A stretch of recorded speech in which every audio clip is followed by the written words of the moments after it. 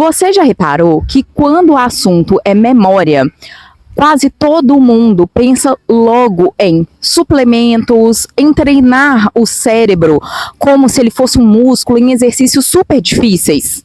Mas a verdade é que o que mais protege a memória ao longo do ano não é o que a maioria das pessoas pensa.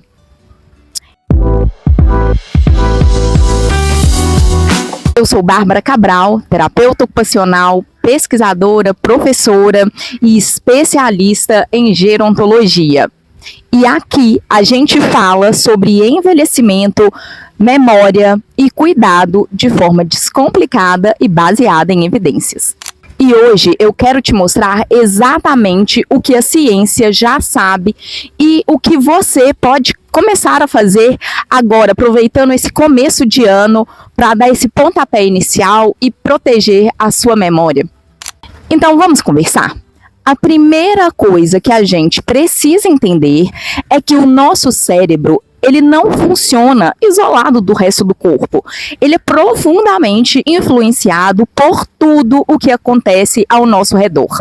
O ambiente, a rotina, as relações sociais, o sono, o nível de estresse, o que a pessoa faz durante o dia e até a forma como ela se sente emocionalmente. Por isso, quando falamos em proteger a memória, não estamos falando apenas de atividades cognitivas isoladamente. Estamos falando de como a vida é vivida. Muita gente acha que proteger a memória, o cérebro, é decorar palavras ou fazer testes cognitivos, mas na prática, o que mais sustenta o cérebro é ter uma rotina com sentido. E o que isso significa? É fazer aquilo que organiza o seu dia, que dá previsibilidade e cria uma sensação de segurança. Rotina não é igual a monotonia.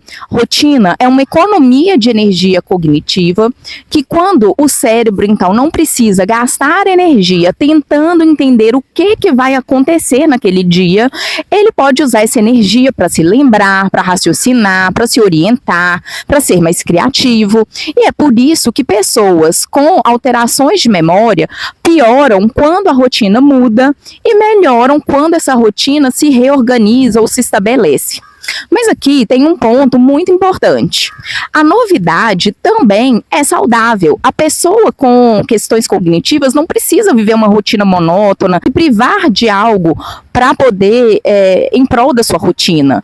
Ela vai ser beneficiada quando essa mudança da rotina, quando essa novidade vai ter um significado para ela. Por exemplo, passar um tempo de qualidade com alguém que ela gosta, que vai visitar, e assim por diante. O que é preciso fazer nesse caso é um planejamento e entender também que essa pessoa pode ter alguma desorientação, mas que quando a rotina voltar, ela vai se reorganizar. E lembrando também que quem é saudável cognitivamente, a novidade também é muito importante no dia a dia, né? Ou pelo menos em alguns momentos dessa semana. Fazer um caminho novo, aprender uma nova habilidade, tudo isso é benéfico para o cérebro. Um terceiro ponto é sobre as relações sociais. Manter uma vida social ativa é algo extremamente benéfico em qualquer idade. Conversar, trocar ideia, rir, resolver pequenos problemas do dia a dia com outras pessoas, tudo isso ativa múltiplas áreas do nosso cérebro ao mesmo tempo. Então, os estudos já mostram que isolamento social, ele aumenta o risco de declínio cognitivo. A solidão acelera a perda de funções, enquanto os vínculos sociais reduzem o risco de demência. Mas veja, aqui não é sobre ter muitas pessoas ao seu redor, e sim sobre ter relações verdadeiras, de qualidade. Uma vizinha com quem a pessoa gosta de conversar, o neto que liga com frequência para falar com esse avô ou avó, um grupo da igreja, grupos de amigos, ou até um cuidador com quem a pessoa se conecta de verdade. O cérebro gosta de gente. Quarto ponto, quando falamos de memória, ler um livro, cozinhar uma receita nova ou fazer palavras cruzadas, se a pessoa gosta, elas podem ser tão importantes ou mais potentes do que qualquer treino de aplicativo de memória. E Por que isso? Porque eles estimulam atenção, linguagem, raciocínio, emoção, criatividade e o mais importante, são atividades com significado para aquela pessoa. E a cognição adora significado.